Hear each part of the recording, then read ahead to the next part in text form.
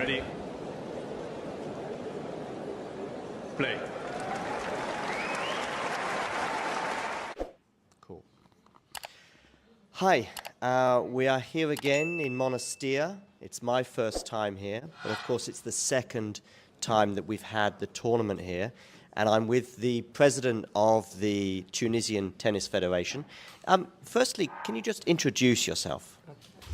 I'm Salma. I am doctor in sports psychology. I teach in the High University of Sports, and I am the president of Tunisian Tennis Federation. I'm also member in the board of ITF.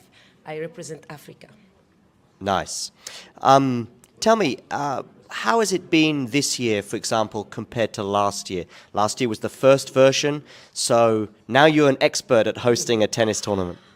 Let's say not really an expert, but this edition we have more good players compared to last year, because last year the best players was 80, and in this year we have 26, 32, and it's very, very important the level of the player, the technical level of the player. Secondly, we tried to improve a little the infrastructure. That's why we did a little village. And we get, let's say, not more sponsor, but the same sponsor. As you know, tennis is not a sport popular here in Tunisia. To get sponsor, it's not easy for us. And the majority, they want to support because they have the visibility. And such an event, because it's a WTA 250, and it's diffused in beIN and all the media. That's why we get more sponsor than last year. Good. We are missing one player this year compared to last year. Ons, unfortunately, she got injured last week in China and wasn't able to make it. How much of an impact does that have on the tournament? To be honest, the fact that Ons doesn't play, we don't have a lot of spectators, and we try to push people to come to see tennis. As you know, Ons, she's our ambassador. Everyone loves her all over the world, especially here in Tunisia. They want to, all people, all players, all the fans of Ons, they want to see her playing here in Monastir or in Tunisia. Unfortunately, she has injury. And we did our tournament. Everything is okay. The level is very high. Every day I'm watching the matches. Really, I'm very happy because there is good players, good young players, and because they love Tunisia and they love Monastir also. Yes. You have a 3-year situation, last year, this year, and of course next year. Is there a hope? Is there a plan to maybe continue beyond 2024? The hope is here, yes, we can plan, but I have to discuss with EMG and WTA because, as you know, I buy the 3 edition, the tournament. Why not? Why not? It's our dream that we maintain Jasmine Open for many years, and why not also as a president of federation with my board, we hope to host also an ATP. I can tell you that to work here is a pleasure because obviously having everything together, and it's nice. I'm from Europe, so we like some winter sun and the palm trees and the beach. What about the players? Are you communicating with the players about, are they comfortable? Are they enjoying their experience here? Yes, yes. All the players are very happy to be here. The majority of the players that come here last year, they are here. They did a big publicity of promotion of Jasmine Open tournament. They like the weather, they have the beach, the food, and I think everything is good. The hospitality here in the hotel. The Tunisians are known to be very kind with the other people, and especially tennis, because now everyone loves tennis in Tunis in the fact of the result of Ons. And I don't know. I think that they are very happy, all the players. Okay, one more. Next year, are you already sort of planning? I mean, are you looking at what happened last year, this year, and also thinking about, okay, what can we do next year to maybe, get even more players or make it even better for everybody? Have you already thought about next year? Yes, we are thinking about next year. First of all, the week. It's very important to get the best week because, as you know, this time, just before the Masters, It's good. We get a good players, but it's not really the week that we want to take as a federation. Perhaps the first week of October, it will be better. And of course, we want to improve the village to get more sponsor. That's why we have to work on sponsoring next month. We don't have to wait till August or July. It will be very late. And yes, why not invite players in top 10 if Ons will not play or if Ons is not here. As you know, in sport there is always injury and we cannot control our player. Thank you for your time. Thank you. Merci. Merci.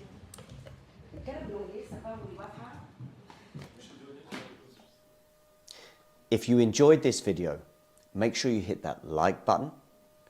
Don't forget to subscribe and click that notification bell so you don't miss out on all things tennis.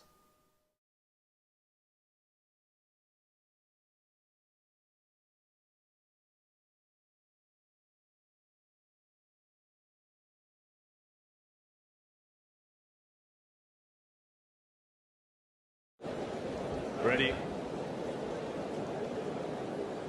Play. Cool.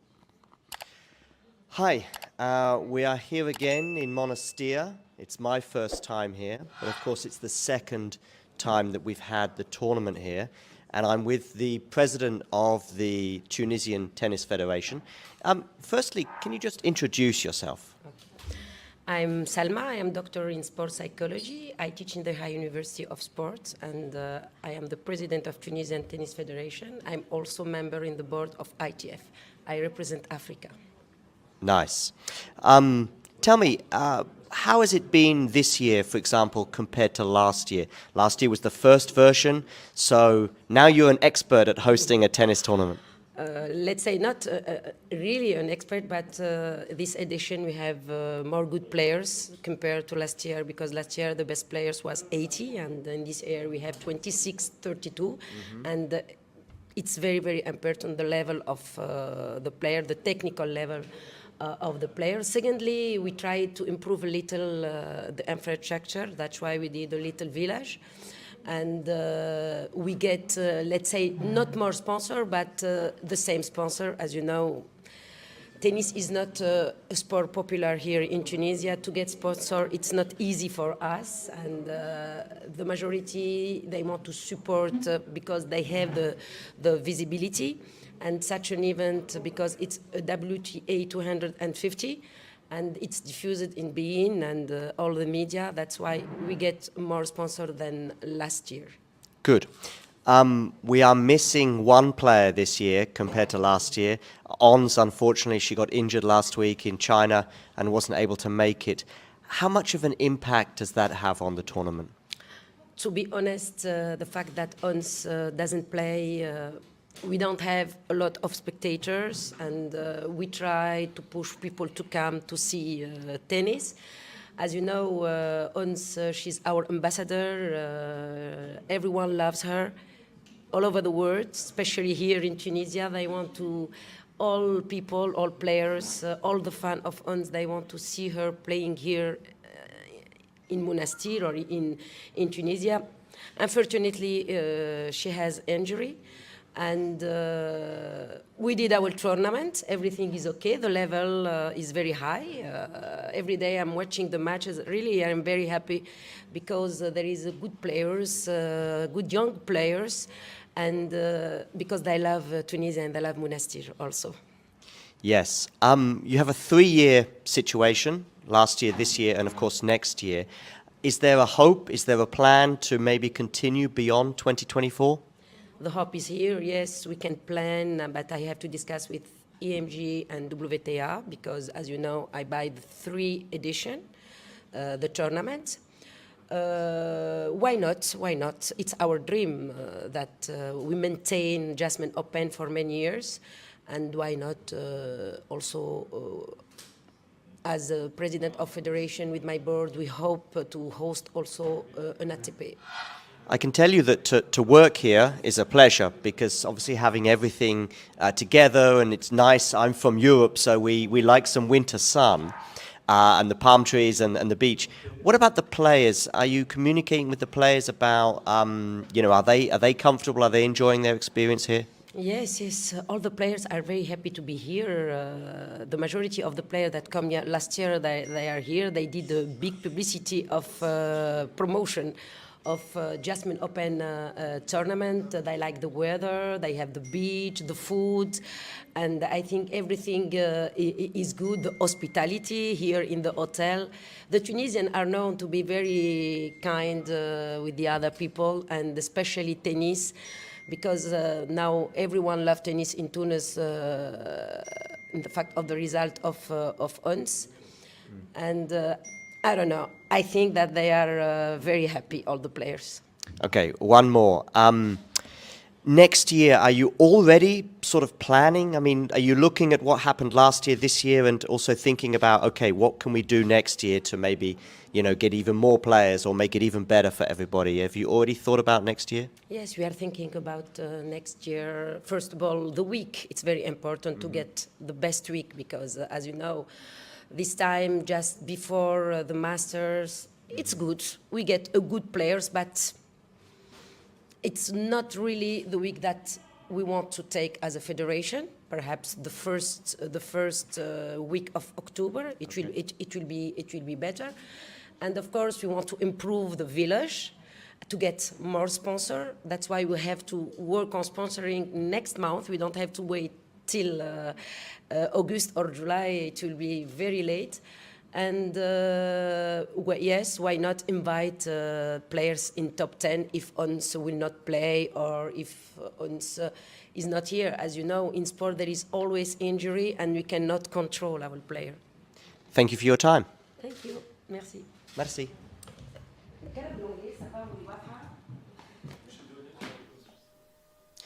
If you enjoyed this video, make sure you hit that like button. Don't forget to subscribe and click that notification bell so you don't miss out on all things tennis.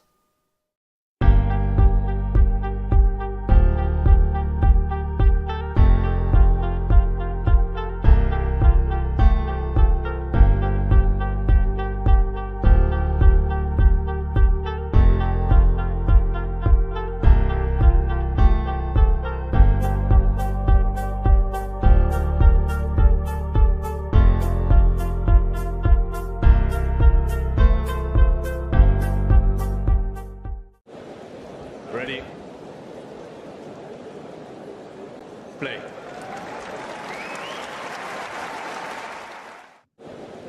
Ready? Play.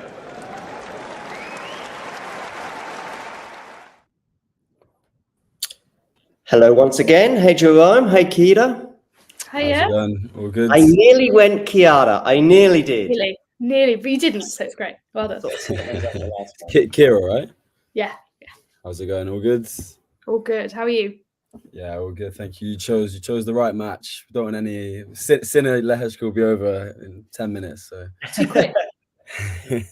Either you are working in a hospital or, and I suspect it's more likely, you're living in student dorms, maybe? I am in student dorms. Yeah. It has that sort of student dorm look. Weirdly enough, this is actually my parents' house that I'm in right now. Oh, okay. I know. Okay, to make it look like, apologies to whoever. No, don't worry. It's a childhood bedroom that has not grown up with me. Prepared you for university, let's say. Exactly. Listen, what I'm going to do is I'm going to share the score on the screen. You two will be basically running the ship because I can see they've already got underway. And I'm going to go and join Shrihari on another stream, but I am here so I can see messages you write in the private chat. If the whole world comes to an end and you need to stop the stream for whatever reason, just send me a message. Well, no, you don't need to write to me in the private chat to say the building is on fire. I'm going to be back. So I'll share the score on the screen and you two can take it away. Nice one. Thank you. Yeah, Kira, how far are you watching on Sky, or you got a stream up? Or... Yeah, Now TV is my Okay, how far along are you? 30-15 now, or 40-15. a bit ahead of me, but yeah, we'll take it. We'll take it. Oh no, I can't change it on Now TV as well. We had this problem with Nick yesterday. I Did just you? seem to be No, ahead of it the I whole think. time. Yeah, I mean, I'm not going to be like, you know how Nick, I don't know if you've, well, was it the first one you did with Nick yesterday, or Yeah, was he in commentator mode, or he was. was he, Very yes, he was very willing to let me have a go, but it was my first one, and I let him take it. yeah, wasn't. I'm not one of those kind of during the point kind of, and it's a forehand cross court and it's a backhand. I mean, I'm not Nick, but Nick goes fully for it. But Oh, yeah. he's very good at it. I was very impressed. Yeah, it's definitely a skill. But Yeah. yeah, who do you reckon? Who do you fancy then? It's hard not to think Kostyuk's going to win. I think just looking at her form at the moment, if Potapova, I never know whether to say Potapova or Potapova, but Potapova, yeah, sure. we go Potapova, right? That's fine. As long as we go the same, that's fine. Potapova, if she brings like the level that she brought towards the end of that Paolini match, I could see her winning here, but I'm more inclined towards Kostyuk.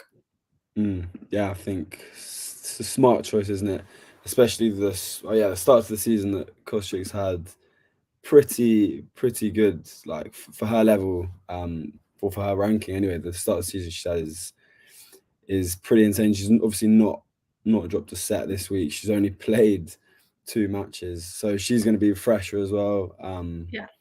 Yeah, it's hard not to go with Kostyuk really, but both got similar games, so we'll see how they fare. But I mean, I was really hoping that it's not a Iga Coco final. You don't want an Iga Coco final? Why not? No, it's just boring, isn't it?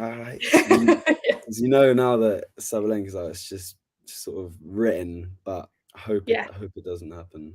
I suppose for me, I did predict an Iga Coco final. And me and my dad sort of have bets on it and stuff, so it would help me out if it was an Iga Coco final. But I totally understand that tennis-wise, it's not the most. Well, I mean, it's looking like it will be, but yeah, I mean, I went different at the start of the tournament. I said Sabalenka, even though conditions do just suit Iga, and she probably will win. But I went Sabalenka, so I was gutted to wake up the other day and see that she had lost.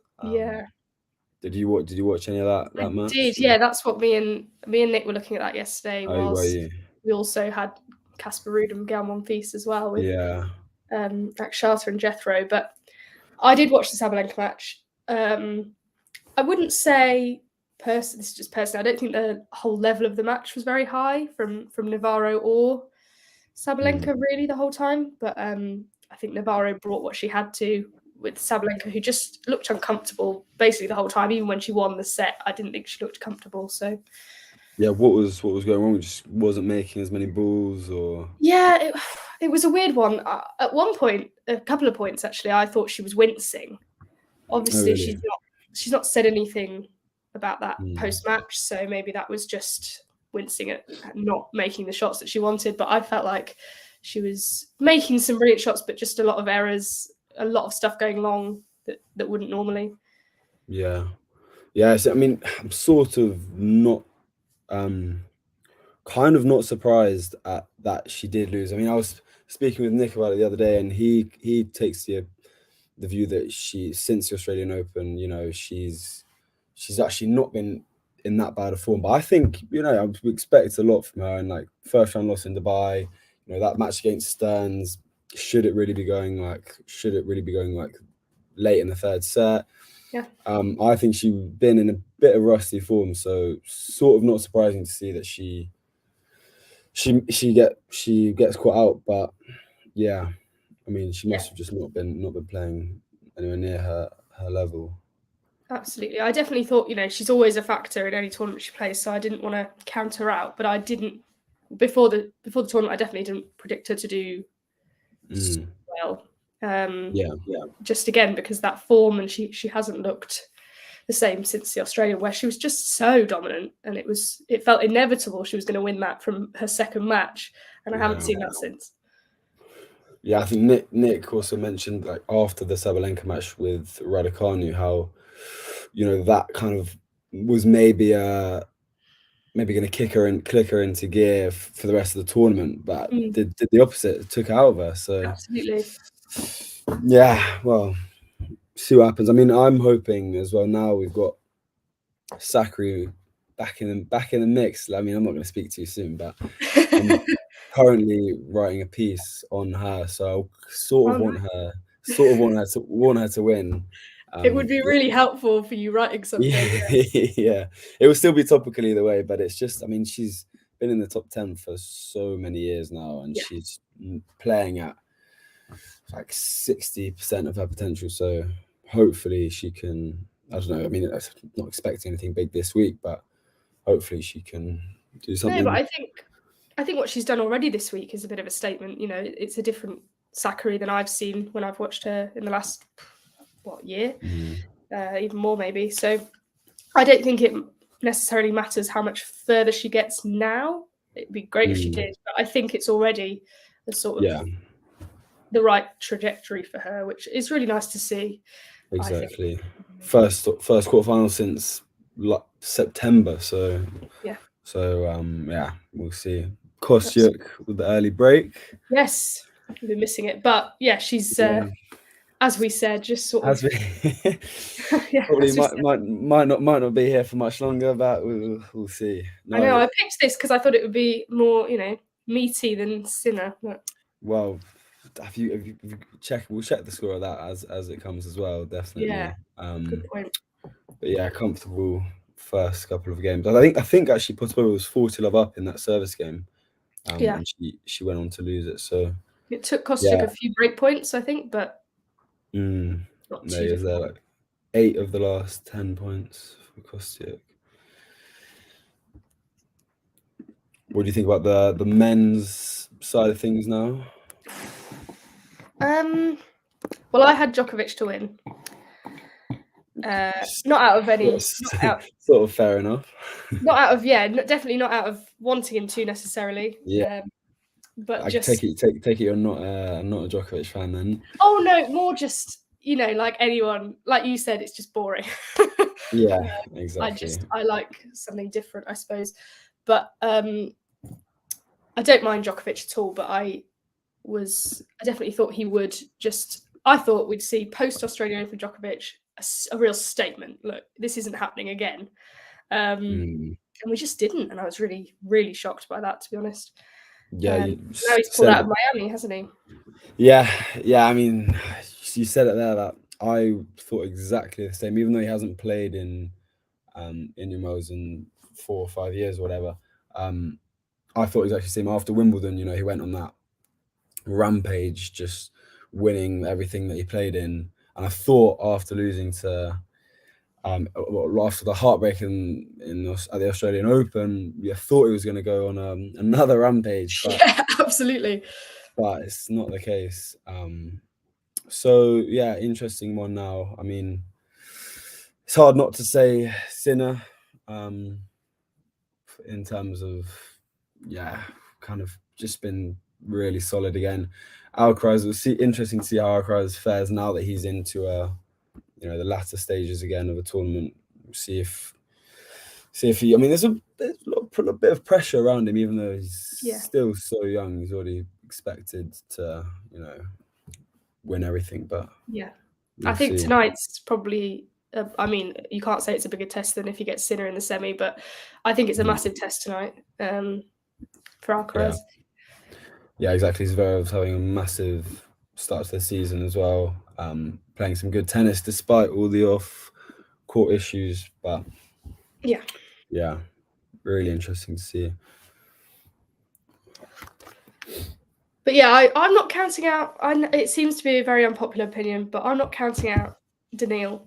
I still think he could be I still think he could do something. I don't know why, really. I know it's not his kind of court. It's not really his conditions, all of this. I just always think he could pull something out of the bag. Yeah, definitely. I know. Yeah, I do hate this kind of talk about, you know, conditions do play a part a lot of the time, but I don't think you should base, you know, predictions just off the conditions. Like, for example, I picked Sabalenka, but obviously not her conditions. But yeah, definitely Medvedev. Like, what? Yeah, why doesn't he make these like conversations? Why is he not involved in these? Yeah, he never seems to be at the moment, and it really confuses me. Just because he lost the Australian Open final, he made the Australian Open final. Yeah, that should be part of the reason. Yeah, it should be part of the reason why he's in the conversation. So yeah, but we'll see. Shevchenko in the crowd. Of course. I'm so out of the loop with like tennis couples, I'll be honest. Obviously, everyone knows Tsitsidosa, that you can't get away from Tsitsidosa, but I only found out about that one like a couple of weeks ago. What, the Shevchenko? Yeah. Yeah, I think that was a bit more under the radar though. I don't think there actually are that many at the moment either. No, the other one just yesterday. This is why it's on my mind. I think I just saw Siniakova and Thomas Mahach. Oh, really? Together. I had no idea about that either. So there you go. I didn't know either. No, there you go. They're playing the mixed doubles together this tournament now. So. Oh, of course. Okay. Yeah. Explains it. Yeah. What's going on in the mixed doubles? Actually, did it start yesterday? I think it did. Yeah, I didn't see much of it. Like my scoring app that I use has no interest in showing me what has gone on in the mixed doubles. It doesn't. What app is it? Like the ATP one. Oh yeah. Well, is it an exhibition or is it? Because it's got prize money, but it's also. I mean, it's also last minute, isn't it? Yeah, it seems like a bit of an exhibition, but I think it is. They've got good players in there. It's probably a really good event to put on for the crowds that are coming in. But yeah, definitely. I mean, although, are there that many? Like, I'd be interested to see what the attendance figures are because that's a good point. I mean, looking just at the start of this match, I was looking at the court and there was barely anyone in there, and I suppose it is. You know, what time is it actually in California? But 11 a.m. Yeah, 11:30. Yeah, exactly. I mean, who on a Thursday 11:30? That's true. But yeah, I mean, it's obviously as you say, it's one of the biggest tournaments. You'd expect jam-packed crowds, and they probably are in the evenings, but yeah. Not always though. You're right. It's a bit hit and miss, and also a lot of the time the sort of nosebleeds, as they are in Indian Wells, are really full because they're cheaper, and then you get sort of the corporate seats looking a bit. Same. It's going to be the same next week in Miami, isn't it? But... Oh yes, always is. I think Potapova's looking really shaky so far. I don't think she's found a rhythm at all. Obviously, Kostyuk's come out really strong, but I would also say that Potapova isn't giving her a game yet. She's quite shaky on serve. Yeah, she's struggling to get out of these games. Oh, there's Lawanda in the crowd, but yeah, no. I always look for Lawanda. I was going to say it's Osaka match the other day, and I was like, yes. Oh, really? I've never actually seen it in the crowd, but yeah, I mean, Kostyuk's not really having to do much. No. Just getting the ball back in play. Yeah, there we go. Another skewed backhand. Obviously, it's only the second service game of Potapova, but she's on 40% first serves at the moment, 4 out of 10. It's just she's not found her first serve yet. And just as I say that, she double faults to give Kostyuk for love. There you go. She's really struggling with her serve, I think. Yeah, it's not gonna help if you can't get a first serve in.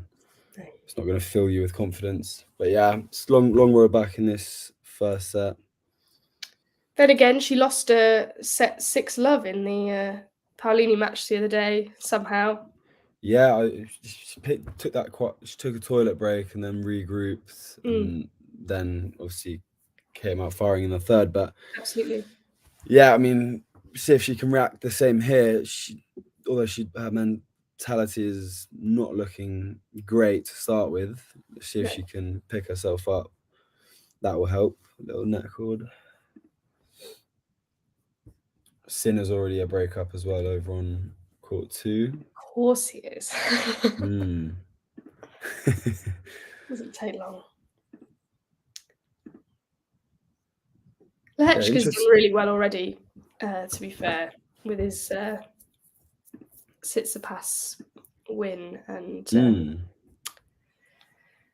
win he got before that has gone from my mind. What, in this tournament or in this tournament? Yeah. Yeah, who did he play before? That was quite impressive. Oh, Rublev, of course. Rublev, of course it was. Yeah, those 2 wins, I thought. Just another guy who's having a pretty good start to the season. I was hoping that he fell short in Adelaide against Draper, but Draper is just, I don't know what it is with him. It's just fitness, like, because he works so hard. I don't know how his fitness is not up to scratch. I know. I think people can be really harsh with Jack Draper because they seem to think. I think it's with any player, actually, especially the British ones, for us British people. Any player that spends a little while kind of struggling with injury or illness or whatever it is, we tend to just immediately jump to the conclusion that they're not working hard enough and that they need to change something, and we never put it down to just this happens to a lot of people at certain stages of their careers. No, you can tell that he's working so hard, like on and off the court, and it's quite tough because it's physicality. I mean, he's recovering from his injuries, but it's more the stamina. I think you can tell in these 3-set matches, like he did in the first round against O'Connell. You know, he was just knackered, and I don't think the heat gets to him, and it's a shame. But if he just keeps working hard, I'm sure he'll come good, because that's the difference, I think, between sort of stopping him from pushing on to the next level. You know, becoming a top, like a solid top 20 player, which he probably deserves to be. He's got the capability, absolutely. Yeah, there you go. Pretty just over 20 minutes gone. Sorry, under 20. Is that 19 minutes on the clock? And it's 5-love. There you go. We might not have picked the right match for a real contest here. Are you doing one after as well, at least? I am, yeah. I'm going to do Iga there you go. as well. Of course. Nick told me about your article. I gave it a read the other day, actually. Oh, thank you. Yeah, really well written. So thank you very much. Well played, that. That's all good. Just a racket smash there from Potapova. Yeah. Hopefully she can get herself in the toilet after this game. That's what she needs. She needs a mirror. Somebody bring this girl a mirror and she'll sort herself out. Yeah. Although she is staying on court. Oh well, she's got to see the setup first, but yeah, we'll see. Yeah, Sorry, I was gonna say, you studying at uni now, journalism? Yes, sports journalism. Sports journalism, good stuff. Yeah. How are you finding it? Oh, it's amazing. Just in case any of them are listening, it's the best course in the world. No, it really is. I'm not even lying. It's incredible. What sort of stuff have you had, like, been given some good opportunities so far? Yeah, or? Absolutely. Yeah, they've been really good to me. So I've sort of, obviously hard to specialize in tennis, but I'm quite happy. I love quite a lot of sports, so got a lot of opportunities in sort of football press boxes so far. We did a Wolves under-21s match at the start. That was really fun. Nice. A lot at Cheltenham, because we're based in Cheltenham, so you get up to Cheltenham Town quite a lot. Bit of a tricky one. But of course, yeah. Well, I suppose you said it's a hard sport to specialize in, but I would actually say it's good having that tennis as like a niche almost, because obviously everyone wants to do football, and it's good to have football, obviously, of course, but having tennis puts you maybe a little bit aside from the rest. But yeah, absolutely. I mean, I was really lucky. I think it was November. They managed to get Marcus Willis, who's currently playing the doubles tour on the Challengers.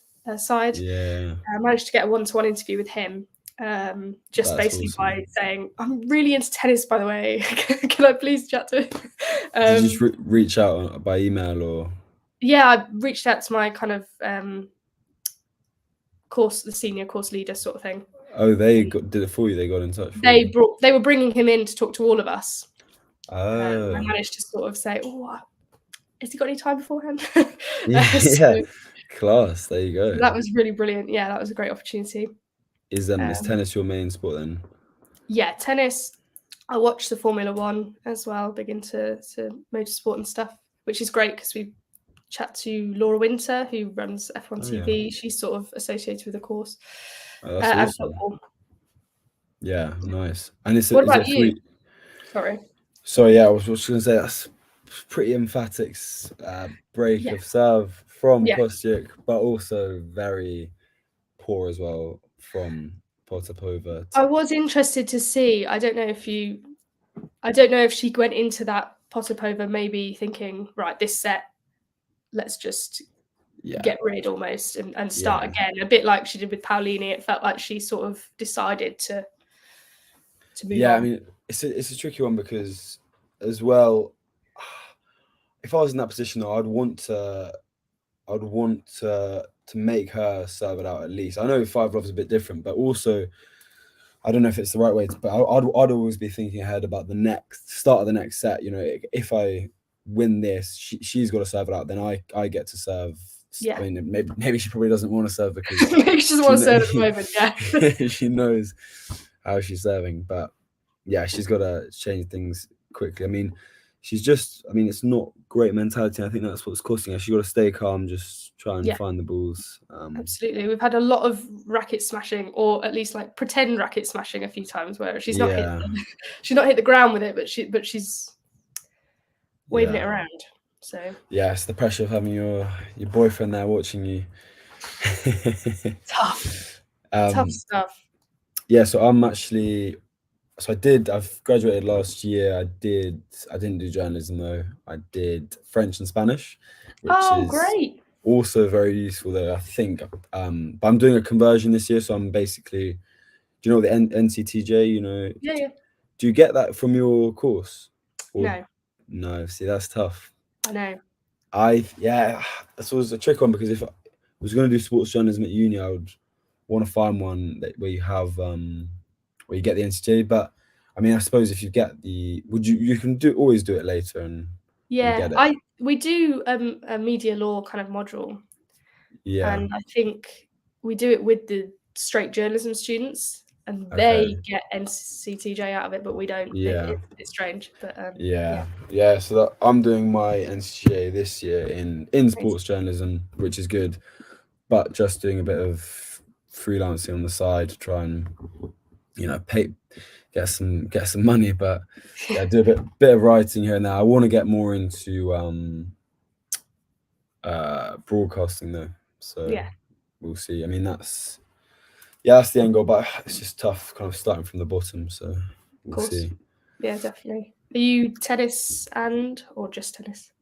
Yeah, so on my course now we've been covering loads of sports. Like, for example, today we did some live blogging of the Cheltenham Festival, obviously, and a lot of football. Do a lot of football match reporting for League 2, League 1, Championship, which has been good. And then most sports, fair. I mean, I've covered like basketball this year. I wouldn't have thought. Fun. But yeah, mainly tennis. That's what I want to do later on. You've got to obviously start covering it all though. But no, it's good. Absolutely. Right, let's see. Kostyuk starting the second set with an ace. Well, I feel like Potapova's just not reset. She looks really, she's having a really angry chat with her coach at the moment. On my screen, anyway. Yeah, it's on the verge of unraveling, unless she can just find some. It's that backhand. A lot of the errors I've seen are coming from the backhand wing. Yeah. She looks a bit tentative with it. She's either pulling it or, you know, just not getting the right distance between her and the ball. Looks very uncomfortable.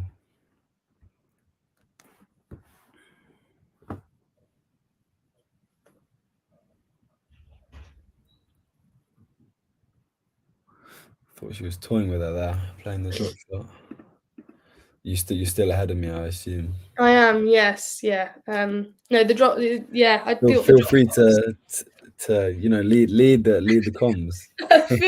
I feel terrible when I'm ahead. I said this to the others yesterday, and they kept telling me it's fine, but I feel bad anyway. No, yeah, go for I it. think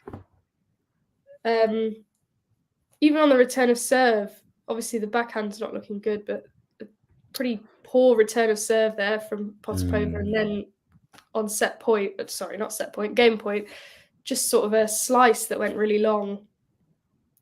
It just looks so uncomfortable. It's like the errors are coming from everywhere. Yeah, it's a long way back now, but she's. I mean, if you can just keep holding serve, try and see where that goes. I think I always say you've not got a chance if you don't hold serve. You've got to hold your own serve. Yeah, and then just take it to a tiebreak if possible, and then anything can happen. But yeah, we'll see. I mean, the first serve stats from the first set were not too promising. 3 double faults as well, 63% first serve. Yeah. 11 points versus 28 points won for Kostyuk. So that's quite a margin. yeah. Pretty good couple of weeks for Kostyuk though. I mean, yeah, I think she was very unlucky not to take the San Diego title. She sort of unraveled against Bolter. All credit to Bolter, but I think it was also not a good performance on the day. I agree. I remember that one. I think, yeah, Bolter played a really solid match, and she was good. But I definitely think Kostyuk sort of not threw it away, but she didn't have the right. Yeah, going into it. I mean, yeah, you could say that. She sort of did throw it away, like Potapova is now. Two Absolutely. silly unforced errors. And she's just put a backhand in the net because she didn't really move. It's such a strange. Did you see that stat there? The last 20 points, 17 Kostyuk, 3 for Potapova. Oh, That's gosh. ridiculous. This is going to be quick. Kostyuk's break point here again. And the winner plays Iga or Wozniacki, is that right? Wozniacki, yeah. Yeah. So, I mean, it would be good for Kostyuk, if she is to go on and win this match, to spend the least amount of time on court as possible. Absolutely. I mean, I'd like to see how long actually in terms of hours she spent, but she's only played 4 sets before this match, and obviously, and only lost 9 games. So yeah, she's pretty fresh. That she might should be going in confident as well. Yeah, I think that's what's helping it today. Yeah. Well, who knows? I mean, yeah. Maybe not. I don't want to count out Wozniacki, of course. Yeah, I think it might be a bit too soon for Wozniacki to think so. pull off a fairy tale comeback win like that. But yeah, it would be very impressive if she does manage to do it. Fair play to her completely, but I'm not anticipating it. Swarner said this isn't a surprise. Potapova's section was the weakest of the draw. Yeah, I mean that might be a fair assessment. Yeah. Although I would just say Paolini. I would put in Paolini. Yeah. Is probably quite a big threat. Not especially after what she did in Dubai, but was it Dubai or Doha? Where she, it was Dubai, I think. No, Doha, I think, because Iga won Dubai, I'm pretty sure. But yeah, she obviously don't count her out. I mean, Paolini's playing some good tennis, but Potapova came up with the goods there. So yeah, I mean, Podoroska and Brushkova, not the greatest of opponent there.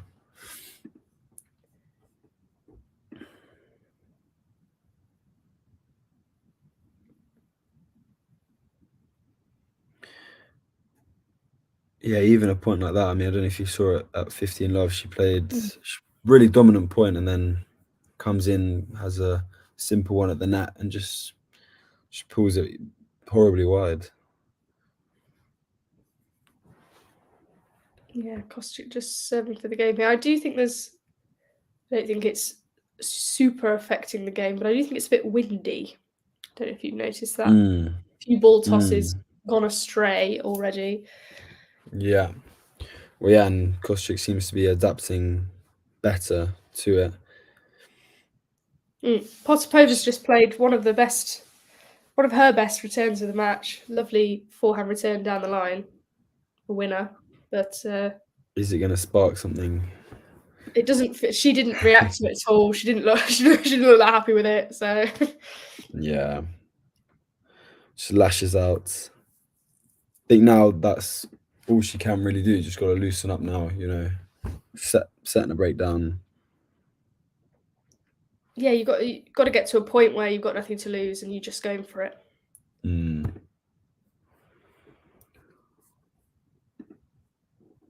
But again, she goes for the forehand and it just heads into the net very easily. Yeah. It's not good.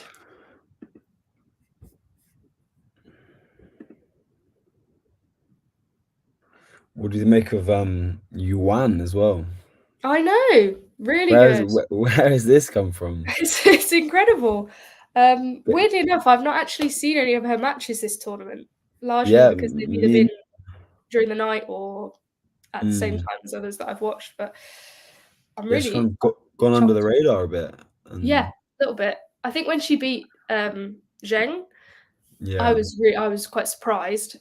But then I saw that she's got like a ridiculous record against Chinese players this season so far. She's never lost. She's not lost against Chinese players this season. Yuan. Oh wow. So I sort of thought maybe it was to do with that. She was sort of prepared for her game and that, but no, she seems she's prepared for anyone's game at the moment. Yeah, comes back from set down against Kostyuk, and yeah, I mean, Goff today though, don't expect her to get much further. No, I don't think so.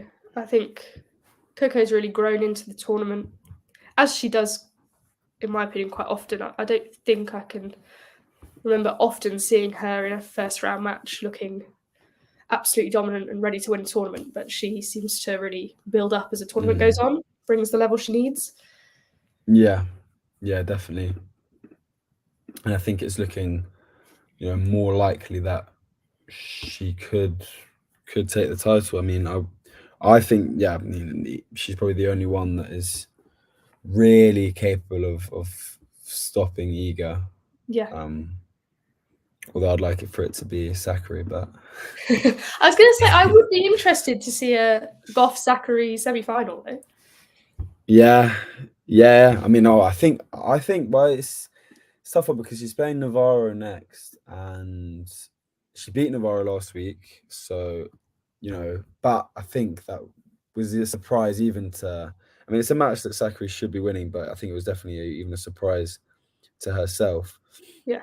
And we'll see if she can follow up. But yeah, I mean, not expecting too much. No. Got some Marta fans in the chat. Lovely. Loving it. It's a nice day to be a Marta fan. It is. Appreciate that. We might just see a first game here, though, for Potapova. It's weird saying that, but maybe. Although she's been 40 love up before, so I'm not holding my breath. Exactly.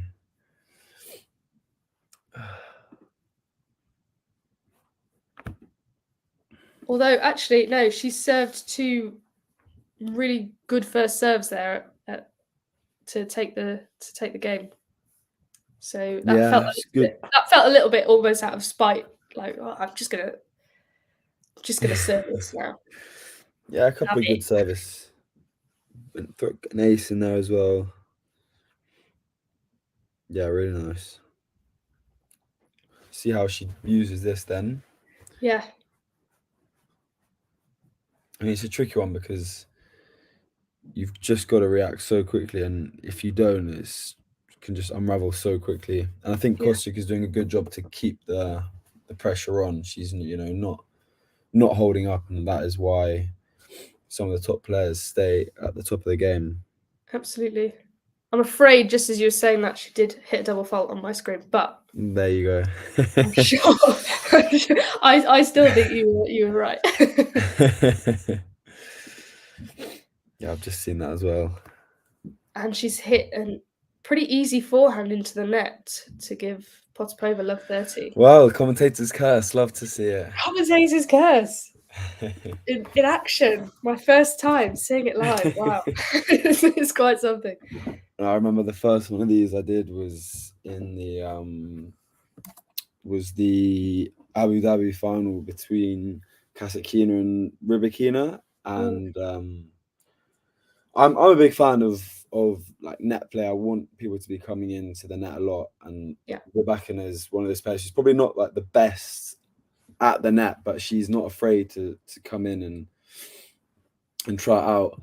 And she hit a couple of nice volleys, and I was commenting on how well she was volleying, and then as soon as I said it, she has an easy one on top of the net and just bottles it. Yeah. So there you go. I probably won't speak. 3 break points. I mean, Potapova now. Time to change the tide of this match. And she has got the break. It's some nice sort of confident backhands, which is the first I've sort of seen on them. So yeah, she did use that one hold that she's had all match to really galvanise her, which is you're right. Actually, interesting.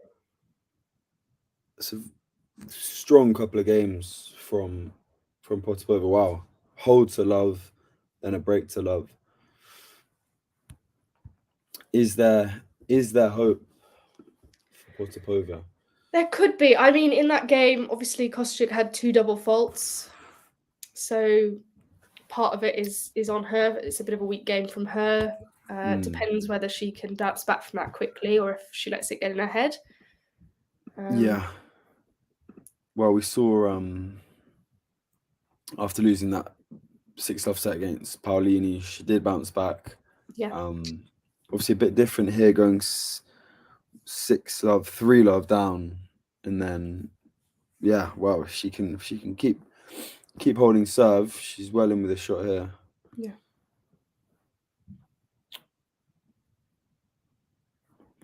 Yeah, that's nice to see from Rybakina. It's not a bad person to be your idol, is it? But, Federer. Yeah, I can understand that, I suppose. Bit of an out there choice, bit left field, but yeah, a bit rogue. I would have gone, Djokovic probably. Yeah, who are your favourite WTA players? You got any favourites? Oh, it's so basic. But I am a big Iga Świątek fan.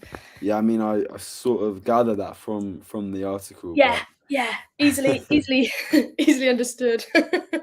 It'd be funny if I said, I know, I just can't stand Iga Świątek, despite that really glowing article I wrote about. All these introverts. I mean, no, I mean, it's hard. It's hard not to like Iga. Yeah. She's just very composed, I remember when she was. I mean, how old is she now? She's still only 24, something. 22. She's 22. Yeah. I mean, I remember her like when she was 16, I think, coming through. Yeah. And like, she sort of just came from nowhere, and then she has been around for so long. I think I often forget, but exactly. Yeah, I think people forget how young she still is. It's ridiculous that she's got these 4 Grand Slam titles, and people expect her to win every single tournament at 22. Yeah, literally. I mean, it's the same with, similar with Alcaraz, but I mean, Alcaraz is not really going to have and that's why I'm happy to see Sinner kind of finally achieving the results that he knows he's capable of, because I think it's going to be Sinner Alcaraz for the next good few years. Which is so exciting. Yeah, it really is. If provided he can, they both can stay fit and healthy. That is. But yes, of course. But also on the WTA, I really like. Why can't I think of her name? Kvitova. When she's fit, I used to. She's sort of obviously not as where she was, but I used to really love Kvitova. Not a big Kostyuk fan. I don't mind a bit of Kostyuk, but I enjoy her tennis. I absolutely love watching her play. How about you? WTA favorites? Yeah, I'm big Rebecca fan. Yeah. I don't know why, to be honest. I really like. No, I get like her mentality. I think that's the main thing that I admire about her is the mentality. How she's never, like unflappable. It's so impressive. Yeah, literally unflappable. They're the perfect word to summarize it. Yeah, so composed, and that's so rare nowadays, and that's why I love it. Yeah. And also Zachary, but more for the fact that I just want her to get back to the top. Like, I mean, she's in the top 10, but it's so weird to say. I know, but it doesn't feel like it. Yeah, I don't know how she's a top 10 player. I honestly don't. But I just want her to get back winning titles again. I mean, yeah. Who knows? That's Indian like Wells. Sorry, I was just going to say Mukova. Mukova's the same. I mean, again, she's 11th in the world. So she's still, there you go. Well, there you go. Kostyuk gets the break back. Yeah. Pretty poor forehand. After going, she was love 30 down in that game, gets it back to 40-30 and then loses from there. But yeah. I definitely agree with you. I think mentality is playing a huge part in this match. I mean, I always talk about mentality. It's one of my favorite sort of aspects of tennis. So it really comes into everything I talk about with tennis. But I just think that composure isn't quite there for Potapova today. Yeah, and fair play to Kostyuk. She's been keeping the pressure up, but yeah, as you say, when Potapova's playing like this, getting in her own head is not promising for the Russian.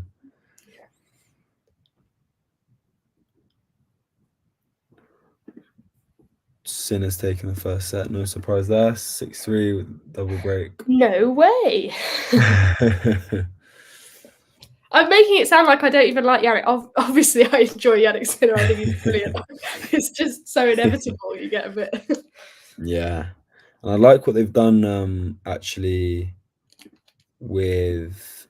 So they've basically, I'm pretty sure they've put these 2 women's matches on center, and then they've got the later 2 men's matches on center, which is quite good. I think it's good to have 2 on, 2 off. Yeah, I agree.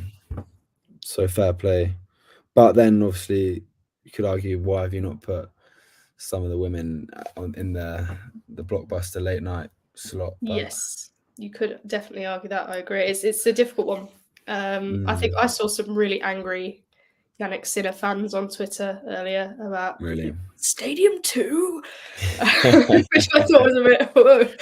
But yeah, I mean, if we're talking about that, I mean, I'd say get some doubles on there as well. Yeah. No one. I mean, I don't know if you're a doubles fan. I do like my doubles. Love my doubles. Yeah, really love my doubles.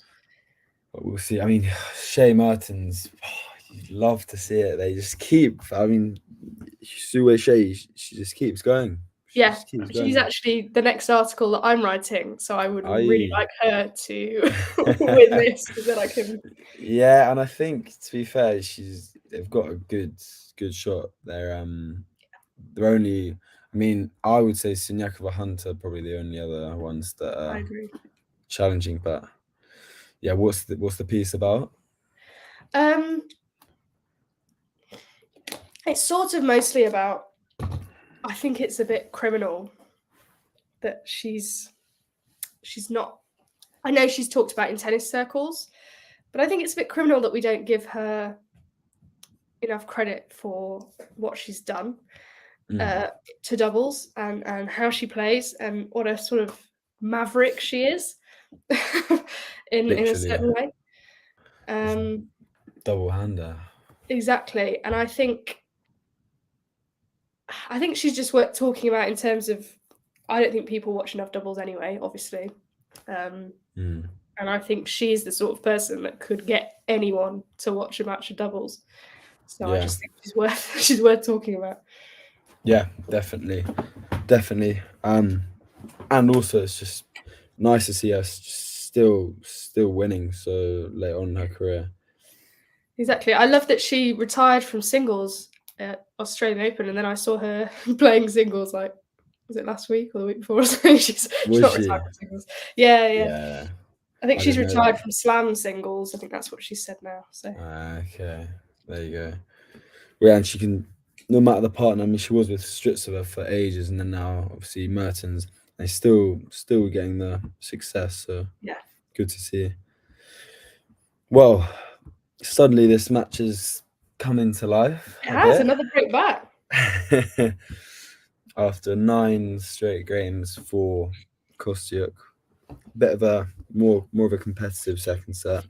Yeah, I'll feel more comfortable in saying it's competitive if Potapova can hold here. I think she's just not holding, and she needs to hold her serve. Yeah. And then she can really count herself back in it. Definitely. It's all well and good getting a break, but you need to back it up. Yeah. Do you play any tennis yourself? No, I don't. You don't? I have done very recreationally. Yeah.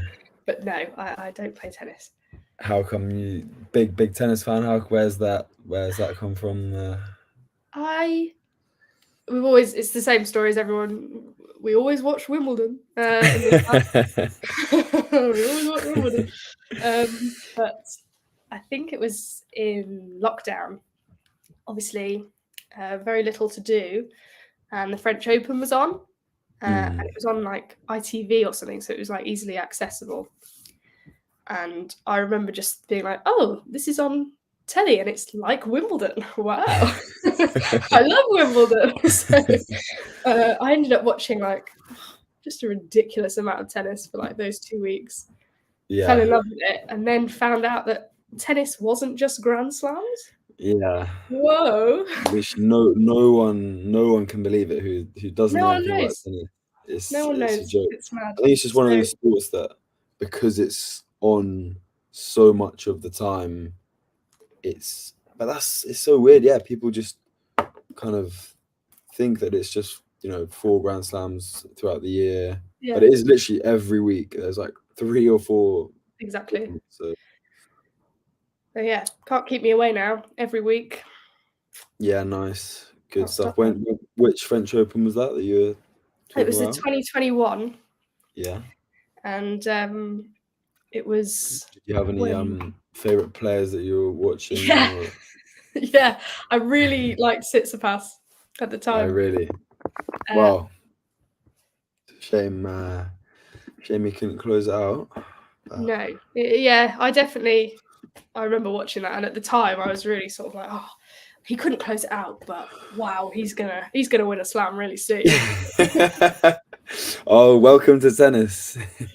Oh yes.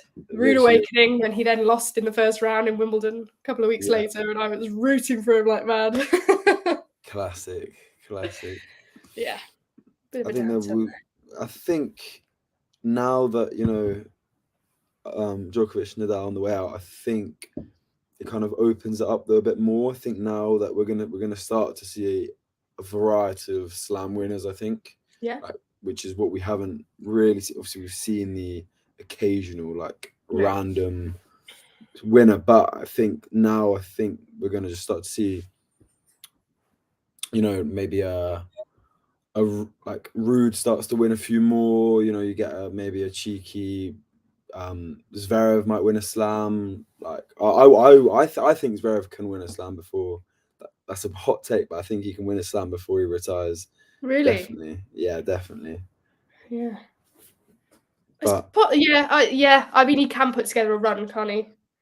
He just seems to crumble Well, I mean, in Australia it was sort of like he had it on his racket, and then he fluffed his lines, but like it's positive signs. Oh, just as I say that, Potapova can't hold another shaky backhand into the net, gifts the break back, and Kostyuk will serve now for the match. Well, we've got Kostyuk and Potapova fans in the chat by the looks of it. Somebody cheering for Potapova. Kostyuk's behaviour has been awful. Please elaborate on that. Yeah, please do. I have clearly missed in the match or in general, or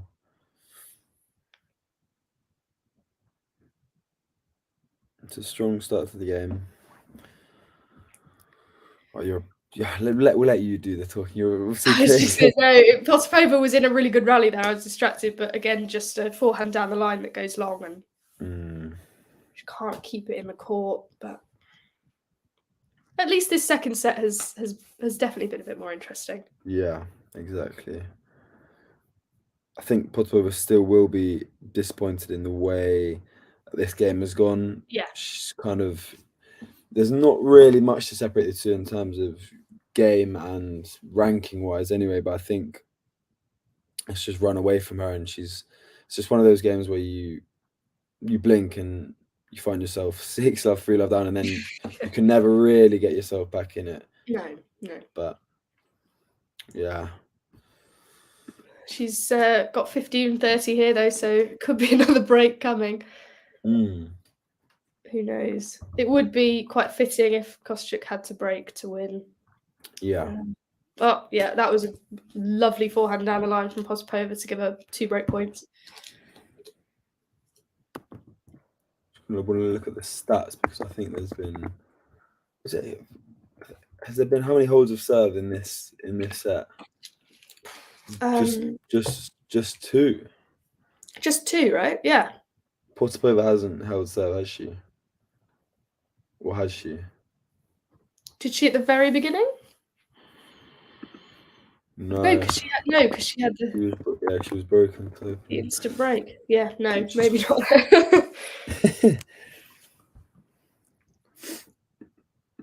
Second break point here. She wasn't able to take the first, but she's got a second serve to look at.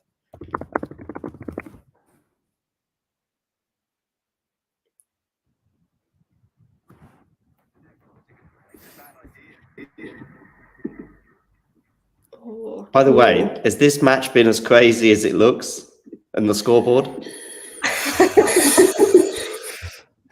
Not particularly. No, I wouldn't go crazy. It's not crazy. No. I mean, just one break. I mean, I'm just watching the scoreboard, so I see the first 8 games going the way of Kostyuk, and I'm thinking, okay. And then that's just 9. One break after another. Yeah. Yeah. It's been, rather than like high level breaking each other, it's been more like really struggling to hold stuff. Okay, but where do you stand? Let's go with Jerome. Where do you stand on matches?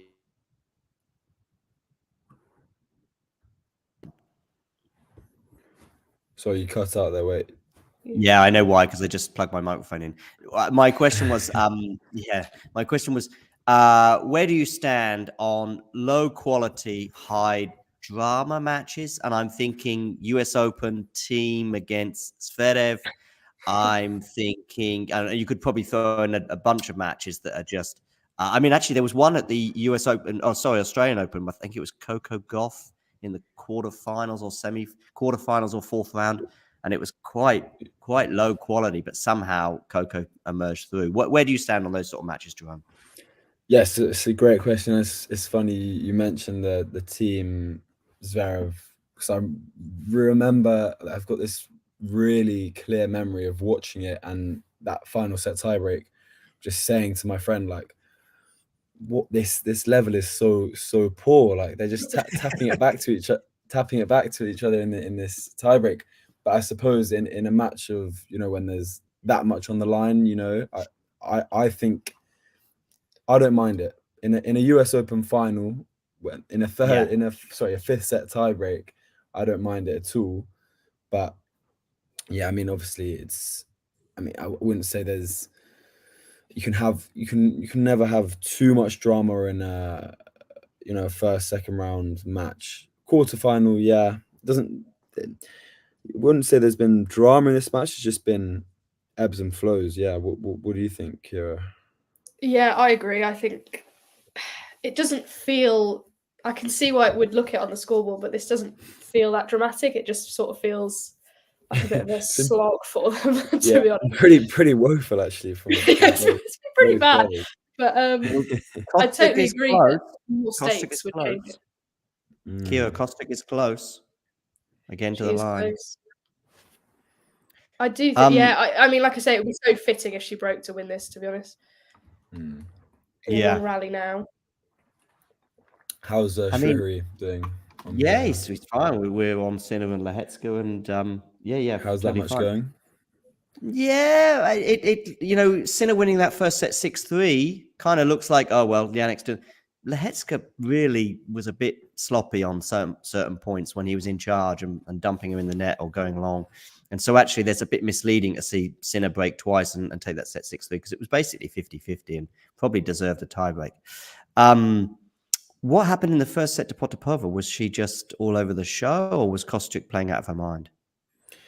I think a little bit of both. I mean, Kostyuk wasn't playing too well, but she was bringing it to Potapova and was just forcing her to unravel, and Potapova just kind of collapsing mentally as she has been throughout this match. But all credit to Kostyuk, she was the one, putting the pressure, piling it on Potapova. But yeah, she's not been near where she's. But Kira, some sort of good news for Potapova fans.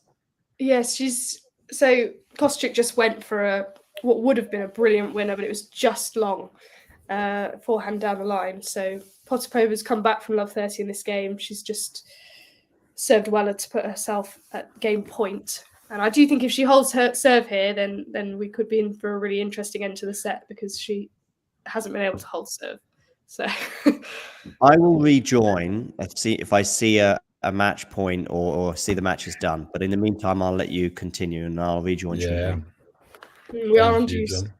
Could be close. Could be going 3 sets. Could be. We are on juice though, so yeah. Potapova's not out of the woods.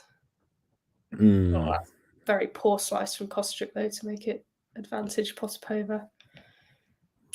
Yeah, and I feel like if Potapova does sort of manage to somehow sneak this set, I feel like that will probably be it for Kostyuk. The mentality, we saw it in San Diego. She was cruising, then has a couple of bad games, loses the second set to Volta, and I think when you have the game on your racket, coming back from that is so much harder. It can be really difficult. I think that, like you said about Rybakina earlier, that's what's so brilliant about her is that I'd never worry about her losing that mentality. Really, I don't think that would ever be an issue for her. Obviously, there's other reasons why she might lose a match, but yeah, exactly. And it's all well and good losing your match if you play a bit badly, but you wouldn't want to lose a match because of your bad mentality. That would be a shame. Yeah, if you were to do that. So she's managed to hold Potapova. Tricky at the end, but I think Kostyuk did sort of make a few errors use there to sort of give Potapova that hold. So yeah, it's more aggressive from Potapova now, which is good to see. She's making more balls. Yeah, exactly.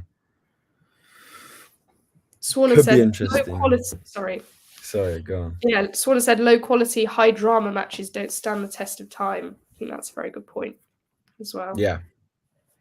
Exactly. We remember quality more than sort of break. Yeah, like that. Well, the only reason why I remember that US Open final is because I remember making that comment about the quality, and I was like, these guys, fair play, they're in a 5th set tiebreak, but they're just tapping the ball. I mean, and obviously you speak about 2019 Wimbledon, for example, Federer, Djokovic, like games like that. And they stand the test of time because Oh, yeah. you know, going right to the wire. Yeah. Looks like she's very nearing tears there almost. I know. I couldn't work out if she was nearing tears or whether she was in pain, sort of wincing at something or just really upset with how it's fallen away from her a little bit. Yeah. Well, probably a mixture. I mean, yeah. I think I don't know if you saw that miss forehand from Potapova at love 15. I think she's got to go for those kinds of shots. I think fair enough you miss a few, but I think that's the only way she's going to get back in this match.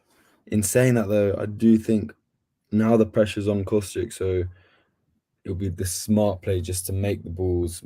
Kostyuk's probably going to be feeling it a bit more now. Yeah. Just get the ball in play. Oh, she had an opportunity there. No, Kostyuk's the one getting annoyed now. She's just hit quite an easy backhand into the net for 30 all. And she's getting quite frustrated. Yeah, it's not what you want. It's exactly what we said about Potapova, though, so it's so interesting, as always, how things can switch around in an instant. Yeah, precisely.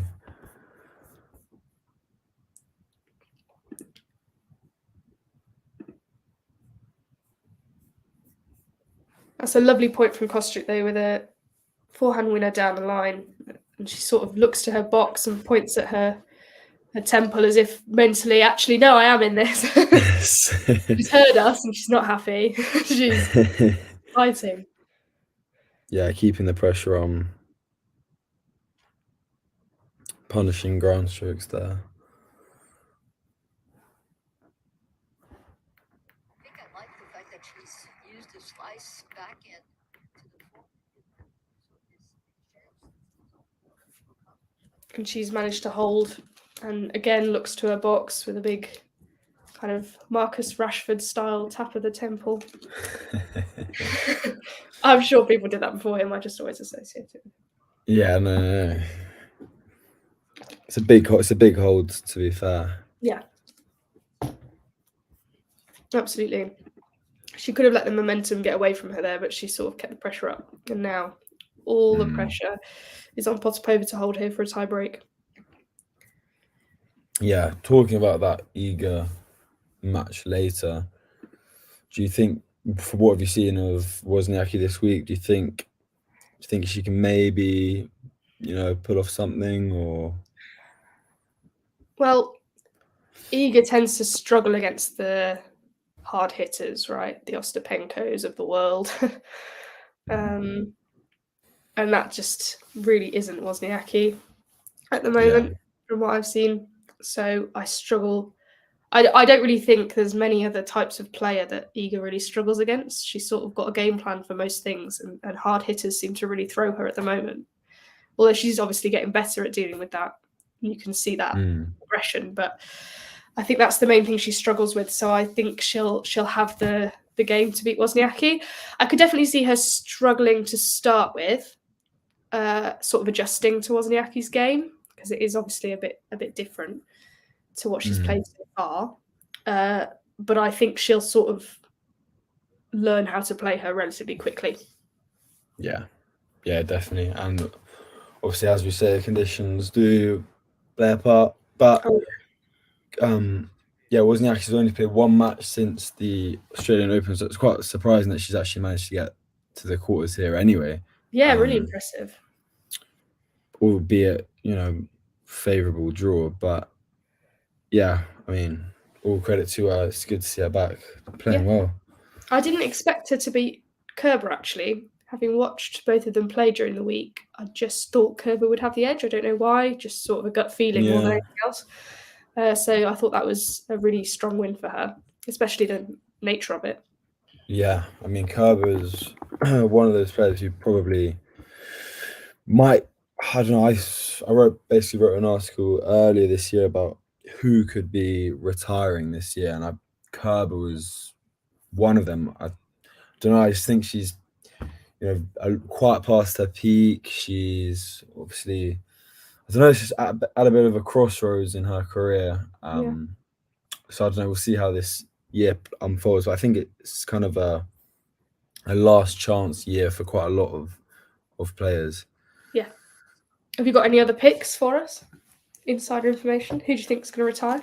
What on my retirement list? I'll see who I put. I mean, it was the classics, you know, Nadal, Murray. Who else did I put? I think I put Gasquet, I think. Oh yeah. Oh, that's a gorgeous return to set up match point from Kostyuk. Sorry to interrupt. Yeah, I'm gonna have to. I'm 10 seconds behind. I'm gonna have to wait to be treated for it. It was a really lovely return to set up match point of forehand down the line winner. Potapova's fighting back. Oh, just had to get the overhead. I really had visions then as she geared up for that overhead that she's going to put it in the net, but she didn't. She made it.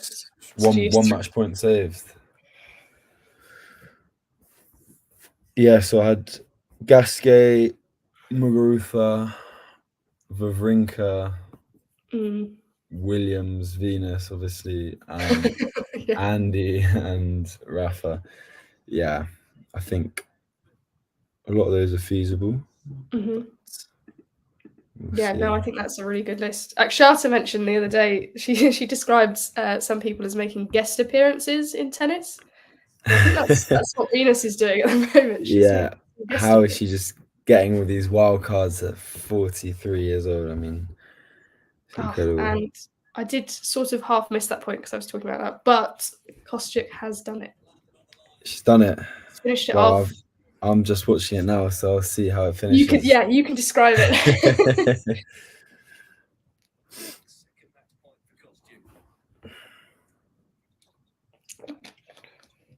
I mean, just gets the return in play, and it's a forehand. Doesn't even make up half the net. Yeah, I thought it was sort of shank from Potapova almost. Yeah.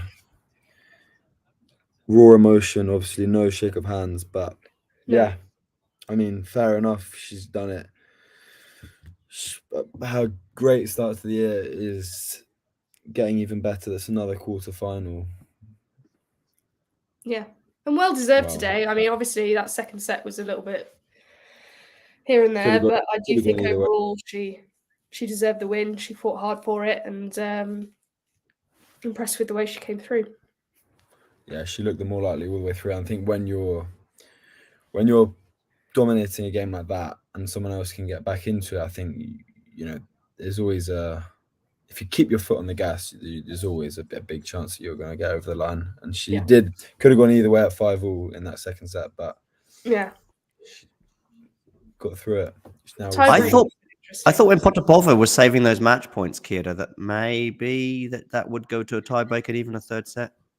It's possible. I think the tiebreak would have been really interesting. Could have gone either way. Kostyuk was starting to get a bit frustrated with herself, but she came in that specific service game. She really steeled herself. I don't think Potapova really ever looked to me like she was back in it, or like she believed she was back in it, even when they were breaking serve. To be honest, she looked quite despondent still when she was talking to her coaches, whereas Kostyuk was sort of rallying, talking to her coaches, pumping herself up, readying herself. So I think mentality-wise, there's a big difference.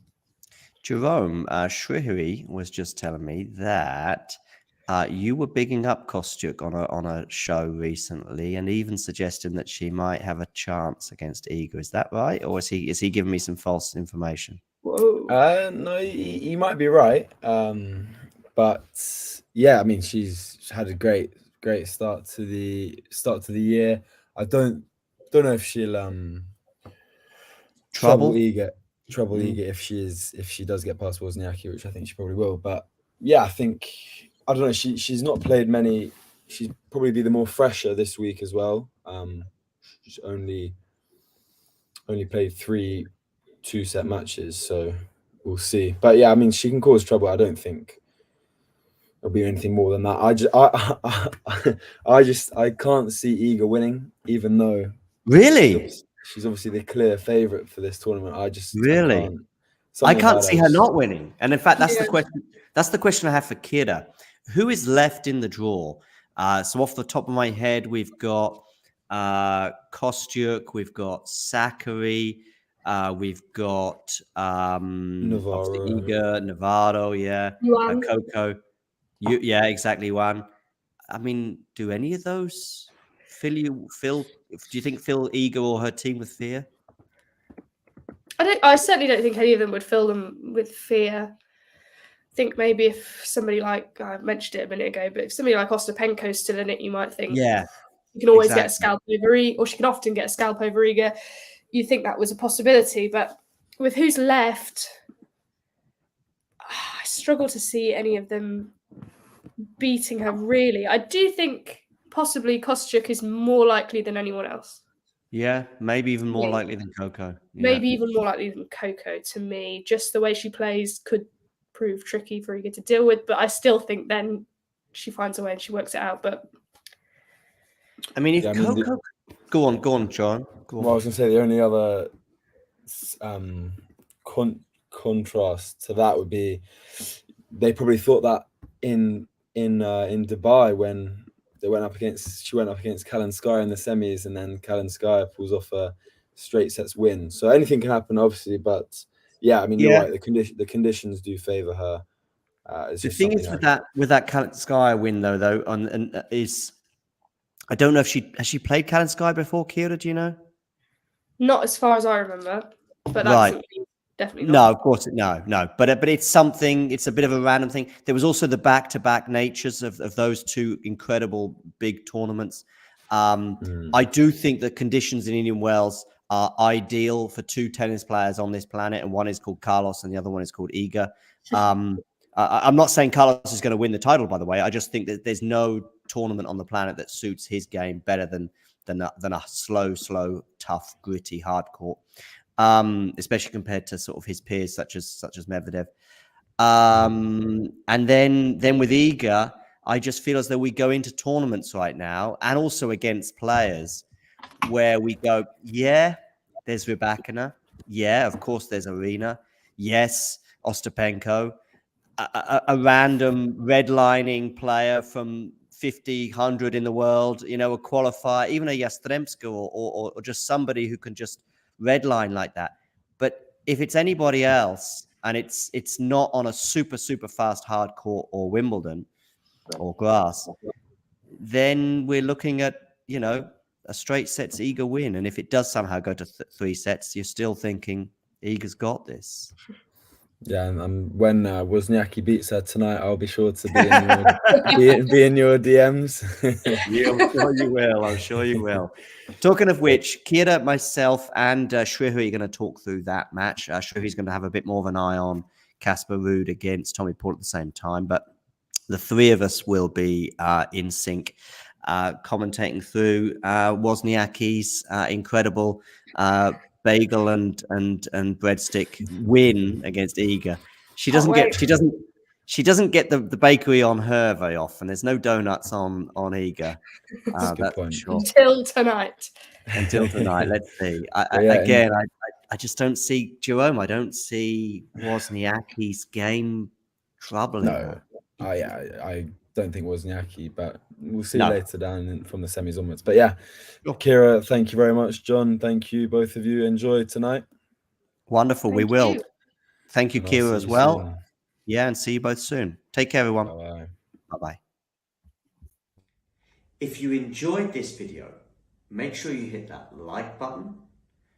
Don't forget to subscribe and click that notification bell so you don't miss out on all things tennis.